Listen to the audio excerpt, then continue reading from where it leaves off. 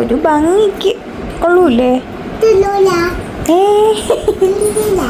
അങ്ങനെ എൻ്റെ വള തൊള്ളൂല എന്ന് പറഞ്ഞ ആളവിടെ നിന്ന് ഡാൻസ് കളിക്കുവാണ്. വൈകുന്നേരം ആയപ്പോൾ ഞാനും ജിബിയും ദിദികയും കൂടി ഒന്ന് ഗുരുവായൂർ കറങ്ങാമെന്ന് വിചാരിച്ചു. അമ്പലത്തിനകത്ത് കയറുന്നൊന്നുമില്ല, ജസ്റ്റ് അവിടേക്കൊന്ന് നടന്ന് കാണാമെന്ന് വിചാരിച്ചു. എല്ലായ്പ്പോഴത്തെയും പോലെ അവിടെ ഡാൻസ് പ്രോഗ്രാംസ് ഒക്കെ നടക്കുന്നുണ്ടായിരുന്നു. ഞങ്ങൾ നേരെ പോയതൊരു ചായ കുടിക്കാനാണ്. അങ്ങനെ നടക്കുമ്പോൾ ദിദികയുടെ കണ്ണ് ഫുള്ള് പോയത് അവിടുത്തെ കടകളിലെ കളിപ്പാട്ടങ്ങളിലോട്ടാണ്.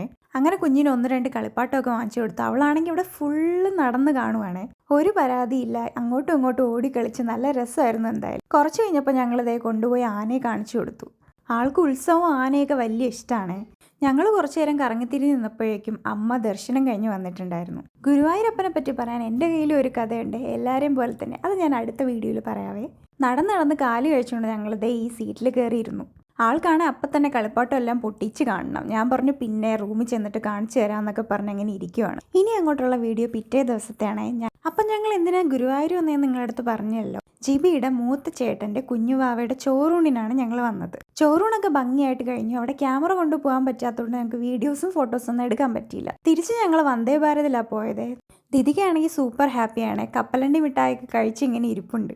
എനിക്കാണെങ്കിൽ വിൻഡോ സീറ്റാണ് കിട്ടിയത്. പിന്നെ പറയണ്ടല്ലോ, കുറേ നേരം ഞാൻ കാഴ്ചകളൊക്കെ കണ്ടിങ്ങനെ ഇരുന്നു.